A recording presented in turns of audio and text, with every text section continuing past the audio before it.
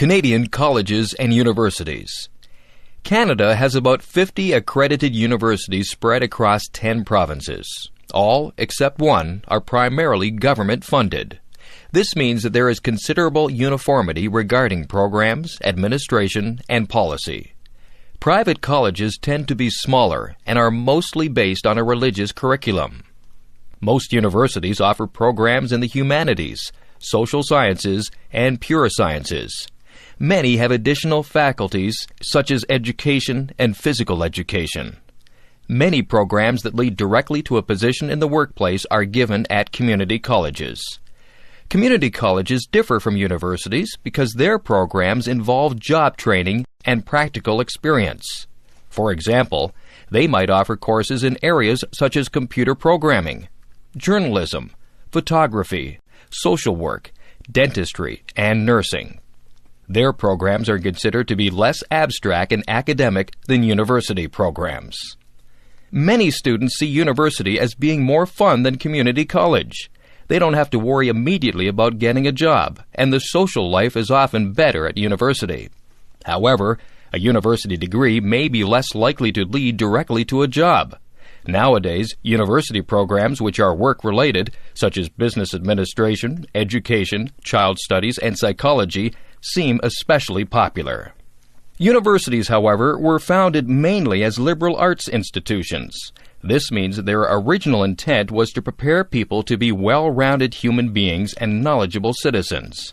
So nearly all universities have programs in literature, languages, philosophy, culture, music, history, and politics, as well as studies that are more job-related. A past BA or BSc degree in Canada is normally 3 full years of study after secondary school. A bachelor degree with honors includes 1 more year of study. A master's degree is a further 1 or 2 years. A doctorate usually requires 4 or more years. This is similar to the United States, except that their bachelor degree is normally 3 years, and their master's degree may be up to 3 years.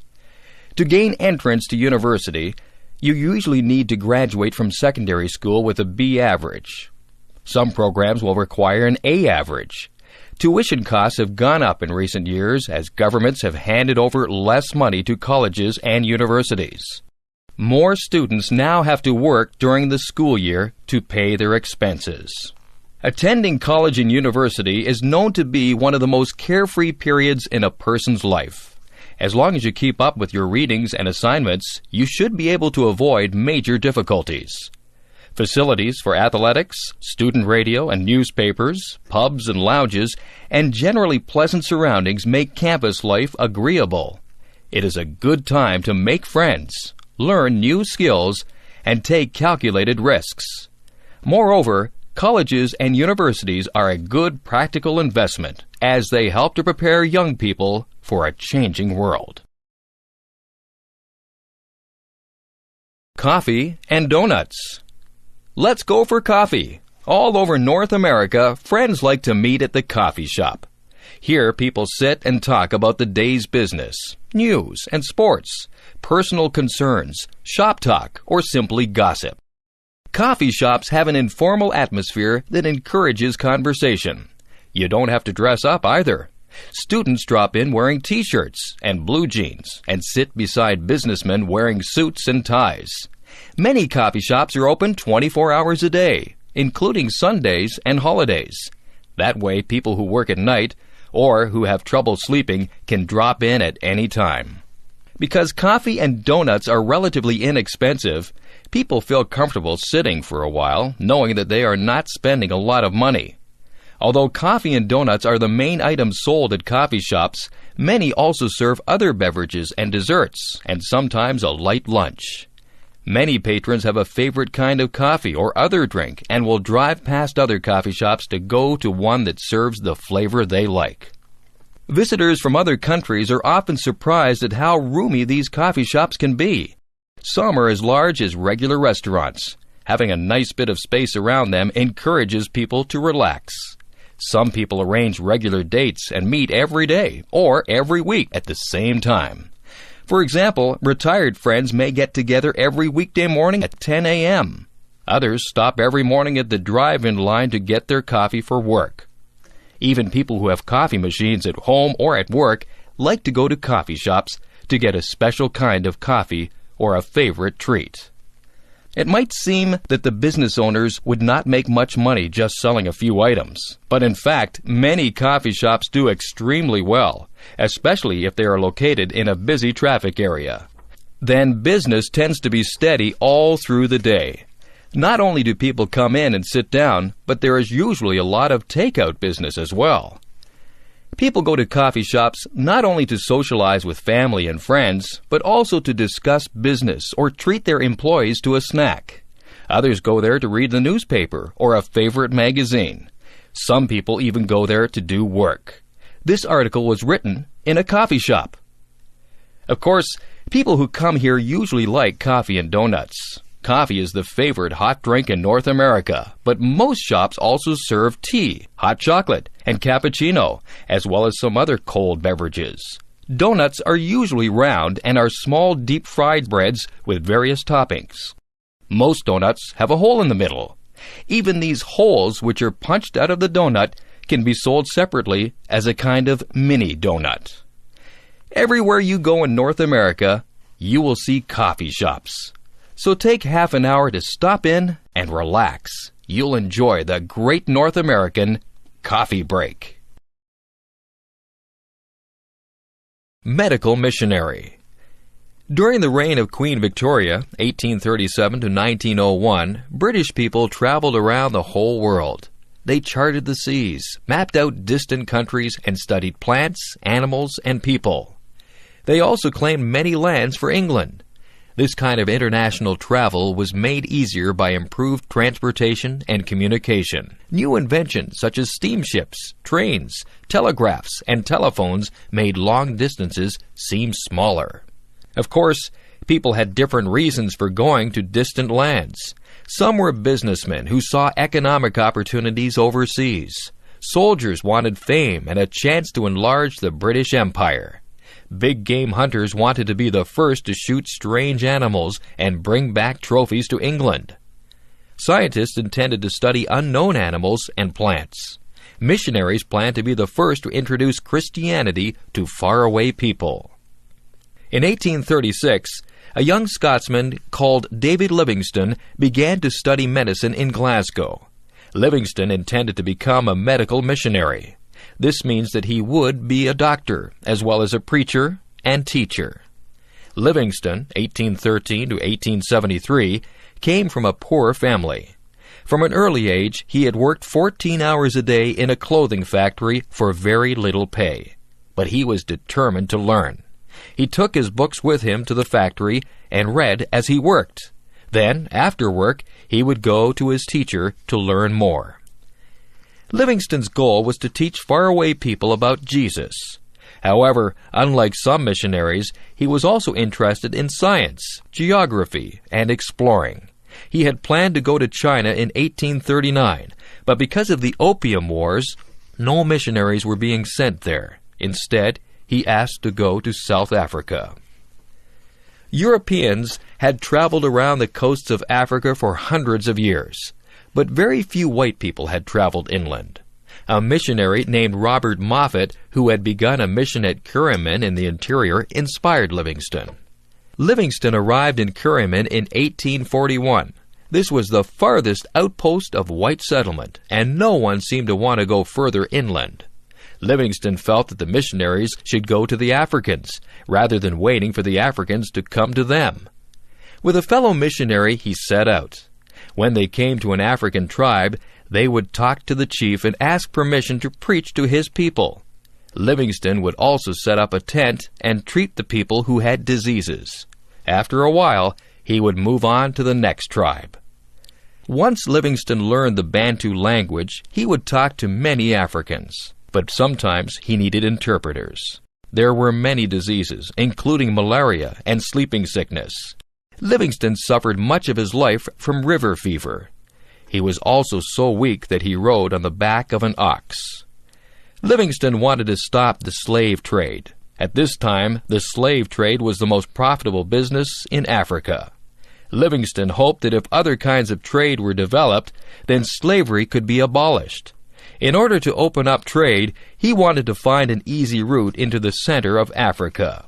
Livingston kept going further into the interior. He was probably the first European to cross the Kalahari Desert before reaching Lake Ngami in present-day Botswana. Not long after, he traveled further inland. He explored the sources of the Zambezi and Kansai rivers and eventually reached the west coast of Africa and Luanda, Angola. Livingston was being criticized for neglecting missionary work in order to explore. Livingston replied that he was opening up the continent for missionaries. Meanwhile, he was becoming famous as a great explorer. The British government commissioned him to explore the Zambezi River. They hoped that ships could sail up the river into the interior. Unfortunately, the Zambezi had too many rapids. However, Livingston did find a route up the Shire River to Lake Nyassa. He continued to struggle against the slave trade, which is now being taken over by Arabs. Livingston died in Africa in 1873. He was the first white man to explore Botswana, Zimbabwe, Zambia, Malawi, and surrounding areas. He was not only a great explorer, but also a fine doctor and a good missionary. Nowadays, the countries that Livingston visited are nearly all Christian, just as he had hoped they would be. Favorite cookies. North Americans are known for their sweet tooth. This means that they like snacks with lots of sugar. Americans drink a lot of coffee, tea, and hot chocolate, and usually they have something sweet with their drink. Cookies are one of America's favorite desserts. The word cookie comes from a Dutch word meaning little cake.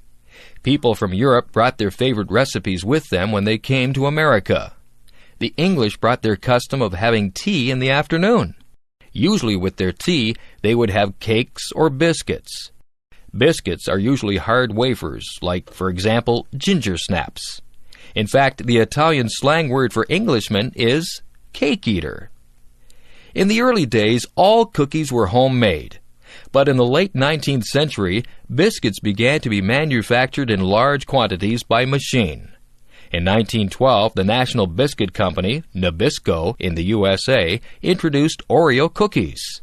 This cookie has a rich cream vanilla filling between two crispy chocolate wafers.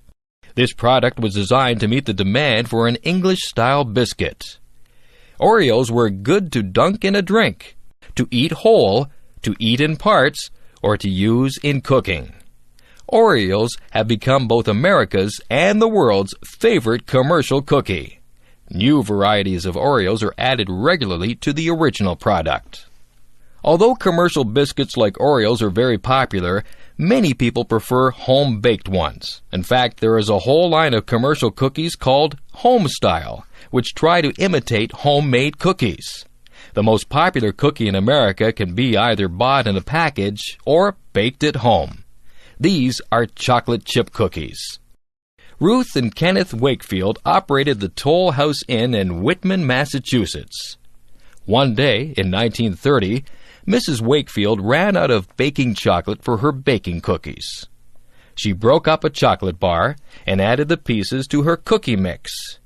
She expected that the chocolate bits would melt into the dough when she baked them, but they didn't.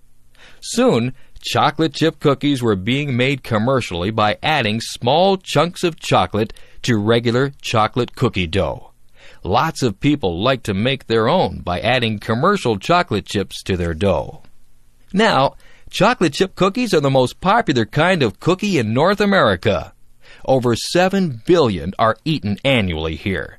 Half of all the cookies baked in American homes are chocolate chip cookies. Experiments in baking and packaging have led to new kinds of cookies. Recently, soft cookies have become very popular. Since they are packaged in foil, they can stay fresh and soft for many months. It seems likely that the love of cookies will be around for a long time. Video designed by English7levels.com. Florence Nightingale. It could be said that Florence Nightingale was responsible for inventing modern nursing. Indeed, Nightingale did open up the professions to women generally. Her example and influence during the mid to late 19th century were an important factor in opening doors to women. Nightingale's own life reflects many of these changes. She was born in 1820 and was one of two daughters of a wealthy English family. Her mother was a beautiful society lady who had once turned down a favored suitor because he was not wealthy enough. She wanted both her daughters to be socially popular and to marry rich and important men. Florence's father ensured that she had a good education, but she was frustrated because girls and women were always under parental supervision. She felt called to a life of action, but her family insisted that she divide her time between being with her family and attending social functions. She was not allowed to do anything on her own. When she was 16, Nightingale said that God spoke to her and called her to do His work. But Florence didn't know what work she was being called to do. Years passed away while she sat with her mother and sister, or attended dances and concerts, or traveled to Europe. Nightingale became more angry and rebellious. She offended her family and friends by refusing to marry several prominent men who wanted to marry her. By the time she was 24, she had decided to be a nurse. But how did one become a nurse? At that time, the profession didn't seem promising. The only respectable nurses were those women in religious orders that ministered to the patient's spiritual health, but were not trained in medicine. The majority of nurses were poor, untrained women who were suspected of being too fond of men or alcohol, or both. In fact, one hospital preferred to hire unwed mothers as nurses because they had no reputations to lose. Nightingale's family was horrified by her plans. Their opposition delayed her plans, but could not stop them. In 1850, she visited a hospital in Germany for the first time. In 1853, she was appointed superintendent of a women's nursing home in London. But Florence was still waiting for her true calling. In 1855, the Times of London was printing reports from the Crimean War. France and England were fighting Russia in the Crimean Peninsula. After one Allied victory, the wounded French soldiers were well taken care of, but the wounded English soldiers were left to die. Back in England, there was a public outcry. It was Florence's opportunity. She was soon on her way to Istanbul, Turkey, with 38 nurses. Scutari, Turkey was the hospital where the British wounded were brought. This so-called hospital was a death pit, where 42 out of every 100 men died. The army was unwilling to listen to Miss Nightingale or to let her tend the wounded. She had to wait until conditions became so bad that the regular medical officers were overwhelmed. As soon as the army turned to her, she immediately went to work. She had the entire hospital cleaned, a new kitchen set up, and a good water supply obtained. The death rate dropped to 22 out of every 1,000. Nightingale became famous overnight. Although her efforts in the Crimean War injured her health, she continued her work back in London. She published a 1,000-page report on medical conditions in the British Army, several books on nursing, and her own proposals and suggestions. She also set up a training school for nurses. Long before her death in 1910, she had seen nursing become a well-established profession. Almost single-handedly, she had helped to bring about proper treatment of the sick and injured. Harriet Tubman. Before the American Civil War, the economy of the southern states was based on the use of slave labor. The social and political leaders of the Old South were the plantation owners. Many of these owned hundreds of black slaves. The slaves were mainly used to pick crops, like cotton and tobacco. Harriet Tubman was born in 1820 in the state of Maryland. As a girl of 7, she was sent into the fields to work with the adult slaves. The slaves worked from sunrise to sunset, picking the crops. Often they sang songs while they worked. Slaves were not taught to read or write. It was feared that reading and writing would help slaves to escape the plantations. Harriet Tubman was illiterate. Later in life, when she was in danger of being captured, she picked up a book and pretended to read it. This fooled the bounty hunters. When she was 15, Harriet helped another slave to escape. The overseer was so angry with her that he hit her over the head with an iron weight. Harriet was knocked unconscious for many days. All the rest of her life she suffered from headaches and sudden sleeping spells. Harriet escaped from the plantation to Philadelphia, Pennsylvania. Since Pennsylvania was not a slave state, Harriet was fairly safe there. She was able to return secretly to the plantation and bring the rest of her family to freedom. There were already people working to bring black slaves up from the South to freedom. These people, both white and black, used the language of the railroad. Escaped slaves were called passengers. Safe houses were called stations. And the guides were called conductors. Harriet soon became a conductor in the Underground Railway. In 1850, the American government passed a second Fugitive Slave Act.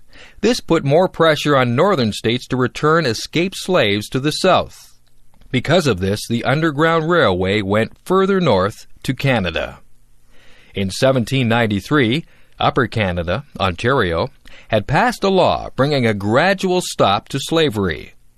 In 1834, slavery was abolished in the whole British Empire. A lot of escaped slaves had come to Canada before 1850, but now nearly all escaped slaves tried to go there. Harriet Tubman rented a house in St. Catharines, Ontario. This provided a shelter for new arrivals. Harriet made about 11 trips from Canada to the U.S. during these years. In all, she brought back about 300 people. Escaped slaves had to travel by night and suffered hardships in bad weather. They had to hide during the day wherever they could.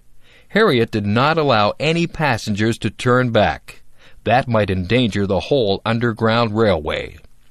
When the slave owners heard about Harriet, they offered a reward for her capture, but no one caught her or turned her in. When the Civil War broke out in 1861, she acted as a spy for the northern states. After the war, she married a black American soldier, Nelson Davis. In 1869, a book was written about Harriet Tubman. Black slaves knew Harriet as Moses. The Bible tells this story of how Moses led the people of Israel out of slavery in Egypt.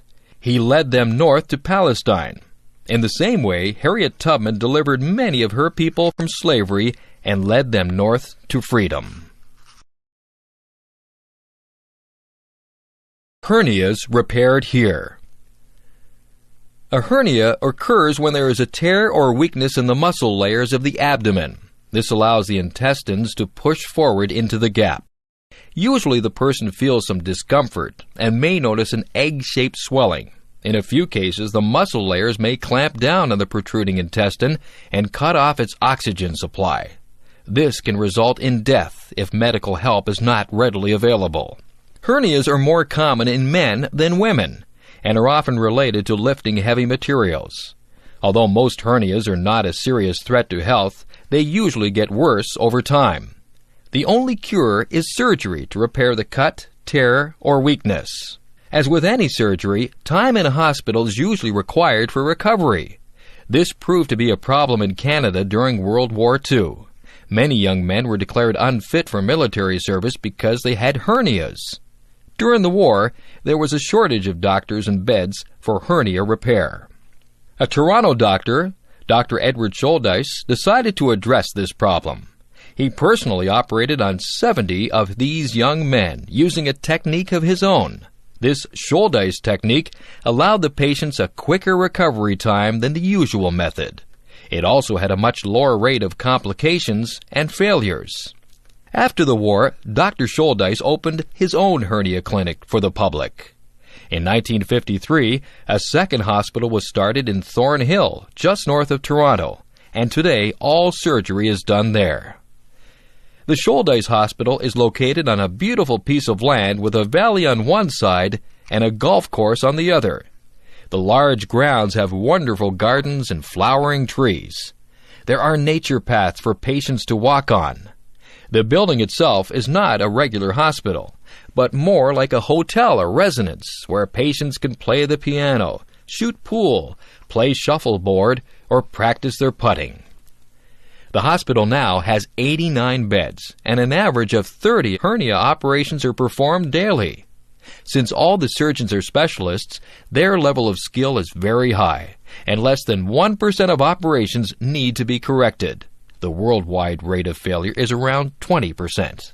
For patients, the good news is that everything at the hospital is directed to repairing their hernia and aiding their recovery as quickly as possible. The staff encourages its patients to walk and exercise within 4 or 5 hours of surgery. Patients usually stay on for several more days until they are fully recovered and ready to go home. Schuldeis's best advertisements are his satisfied customers. Hernia patients come not only from Canada and the United States, but also from many countries of the world to receive the best possible treatment. Schuldeis remains the most famous hospital in the world, devoted entirely to the repair and treatment of hernias. Julie Andrews. Julie Andrews, born Julia Elizabeth Wells, was born on October 1, 1935. She lived in a small town called Walton-on-the-Thames in England, which is south of London. Her father, Ted Wells, was a teacher, and mother, Barbara, was a pianist and piano teacher. She also played piano for her sister's dancing school. Julie learned ballet and tap as a toddler from her aunt, Joan Morris. By the time Julie was 3, she could read and write. When Julie was 4, her parents divorced, and Barbara married Ted Andrews, a performer during the war and an excellent tenor. He soon began giving Julie singing lessons. At 7 years of age, Julie had an unbelievable range of 4 octaves. She soon changed her last name to Andrews, the last name of her stepfather. As she grew older, Julie became one of England's most popular performers. In early childhood, Julie loved to play with her 2 younger half-brothers, but soon went on to stardom. At age 12, Julie was cast in a London play and stopped the show with her remarkable talent. She starred in many different BBC productions during the 40s. Later, she starred in many Broadway plays such as The Boyfriend, My Fair Lady, and Camelot. It was the latter play that Walt Disney made a special trip to New York to see, and he decided then and there that Julie was perfect for the role of Mary Poppins in the film of the same name. Mary Poppins was the high-spirited magical nanny of Jane and Michael Banks, 2 small British children.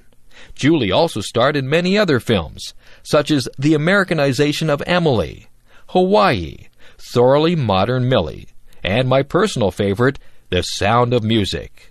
In this production, she plays Maria, the lively governess of Austrian naval captain George von Trapp's 7 children, Liesel, Frederick, Louisa, Kurt, Brigitta, Marta, and Gretel. Another of Julie's talents is writing. 2 of her best-known books are The Last of the Really Great Whangdoodles and Mandy. Julie also has 5 children, a daughter, Emma Kate Walton, from her marriage to Tony Walton, 4 children from her second marriage to Blake Edwards, 2 of whom were from Blake's previous marriage, Jennifer and Jeffrey, and 2 who were adopted from Vietnam, Amy and Joanna. In 1998, tragedy struck Julie.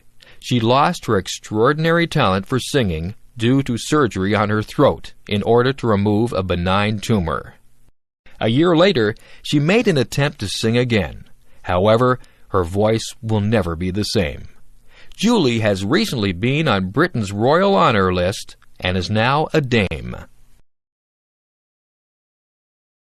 Potato chips and corn chips. The story goes that the potato chip was invented in Saratoga Springs, New York in 1853. Multimillionaire Cornelius Vanderbilt complained to the chef that his fried potatoes were sliced too thickly. Chef George Crumb responded by slicing the potatoes paper thin and frying them in hot oil. The potato chip became an instant success. Many companies have made large profits on chips. The most successful brands are associated with the Frito-Lay Company. Herman W. Lay of Nashville, Tennessee was selling potato chips from the back of his car in the early 1930s. He soon became a successful distributor for a brand of potato chips which were made in Atlanta, Georgia. When that company ran into financial problems, Lay arranged to buy them out. It now became H.W. Lay and Company. Meanwhile in Texas, Elmer Doolin was trying to sell chips made from corn dough. This was an old Mexican recipe which Doolin had found in San Antonio, Texas. At first, these Fritos corn chips were made in Mr. Doolin's mother's kitchen. It took a few years before they sold very well. Mr. Doolin moved the company to Dallas and began to expand his market. In 1945, he granted the H.W. Lay Company the rights to make Fritos corn chips for the American Southeast. In 1961, the two companies merged to become Frito-Lay Incorporated. In 1965, Frito-Lay merged with Pepsi to become PepsiCo Incorporated, one of the largest snack food and beverage companies in the world. In 2000, Frito-Lay sold 58% of all the snack chips in the USA. In Canada and the United States, Frito-Lay products had sales of $9.9 billion. The most popular brand was Lay's potato chips, followed by Doritos, Ruffles, Tostitos, Cheetos, and Fritos. Internationally, Frito-Lay has 28% of the market worldwide. That amounts to $5.9 billion annually. Why are potato chips and corn chips so popular? Well, they are versatile. You can eat them by themselves or with a sandwich for lunch. They can replace other forms of potatoes and corn. They can also come in various flavors. For example, potato chip flavors include ketchup, salt and vinegar, barbecue, dill pickle, and cheddar. Potato chips can be thick or thin, ridged or flat, spicy or bland. Chips can be made from many things besides potatoes. There is corn dough and tortilla dough, of course. But chips can also be made from sweet potatoes, parsnips, taro root, peppers, and other vegetables. One caution about potato chips is that they are not a good source of nutrition. Parents who send their children to school with a bag of potato chips for lunch need to remember that these are just a snack. Because snack chips usually contain a lot of fat, they can also lead to weight gain. It is better not to eat snack chips too often, and not to eat them instead of healthier foods. In Canada, nearly $2 billion is spent on snack foods every year, and half of this is spent on chips. People are always looking for new flavors to try. Spicy chips are gaining in popularity. The snack chip industry just keeps on growing. The Stratford Festival. The Shakespearean Festival in Stratford, Ontario, is one of the greatest theatrical festivals in the world. This is the story of how this small town, which is far from any theatrical centers, became so important for drama. For most of its history, Stratford was the county town for the local farming region. It was also a railway center, but it was hardly known for the arts. An Irishman who opened an inn there founded Stratford in 1832. He called his roadhouse Shakespeare's Inn, after England's great dramatist. Soon, the little town became known as Stratford, after the town in England where Shakespeare was born. The local river was likewise called the Avon, after the English River. The little town grew gradually and became the local center for government and law. Stratford people seemed to enjoy the association with Shakespeare. Many streets were given Shakespearean names, such as Arden Park, Portia Boulevard, Romeo Street, and Viola Court. Local schools received names such as Hamlet Public School or Falstaff School. There was still no attempt at Shakespearean theatre in Stratford, Ontario. In 1913, the Canadian Pacific Railway threatened to take over the town. They proposed a railway line running through the center of Stratford, which would have taken over much of the town's parkland. The townspeople voted down this proposal. Instead, they expanded the parkland along the Avon River. These parks were enhanced with gardens, and in 1918, a pair of swans was added. These swans were an imitation of the swans on English rivers. In 1950, it appeared that the railway would be closing some of its workshops in Stratford. The town was looking for ideas that might lead to new employment opportunities. This was when one citizen, Tom Patterson, suggested that the town sponsor a drama festival. Patterson was able to get Irish director Tyrone Guthrie to come to Stratford in 1952. Guthrie agreed to head up the 1953 season. Everyone in Stratford pitched in to raise the necessary money and prepare the stage. Since there was no time to put up a building, the plays were staged under a huge tent. 2 plays were put on during a 6-week season, and with great success. In 1957, a permanent theater was built. The Stratford season in 2001 runs for more than 6 months, from late April to early November. There are 14 plays in production at 3 different theaters. Altogether, there are 668 performances, with a total attendance of 580,000 people. About 40% of the audience comes from the United States. Tom Patterson's plan to ease unemployment in Stratford has worked well. The festival has helped to create nearly 6,000 jobs and generate wages and salaries of $110 million annually. In total, the festival brings about $170 million of revenue into the Stratford area. Of course, to the audiences who come back every year, the main attraction is seeing some of the best Shakespearean theatre in the world. The Stratford Festival Company is Canada's leading acting company, and many of its actors have become internationally known. The Two Cultures. In 1956, English writer and scientist C.P. Snow wrote an essay on the two cultures. By this, he meant that in the West, there's a scientific culture and a literary culture. Scientists do not talk very much to literary men, and vice versa. Neither group seems to know or want to know very much about the other. Snow argues that the scientific people and the literary people are moving further and further apart. Few scientists or engineers read literature. Very few writers or intellectuals know or care anything about science. This, Snow thinks, is a major problem in the world today. Literary culture seems to be anti-science and anti-technology. This affects Western reluctance to train more scientists and engineers. The standard of living in the West and throughout the world depends on having scientists and engineers. Nonetheless, relatively little effort is given to encouraging and developing these areas of education. Westerners who are part of the literary culture do not encourage or understand the scientific revolution. As a result, they are insensitive to the desire of third world peoples to improve their lives through technology. Snow talks about how the standard of living in England has improved since 1800. Snow's grandfather did not go far in school, but he did learn to read and write. Living in 1900, he realized that he was better off than his grandfather, who lived in the early 1800s. Snow's great-great-grandfather was a farm laborer who didn't know how to read or write. Snow feels that a similar transformation could happen even in very poor countries. It could happen in a short time if the West supplied capital and engineers. Snow believes that this is the Industrial Revolution that has transformed the West. This is what has allowed the farm laborers to go on to school and to learn employable skills.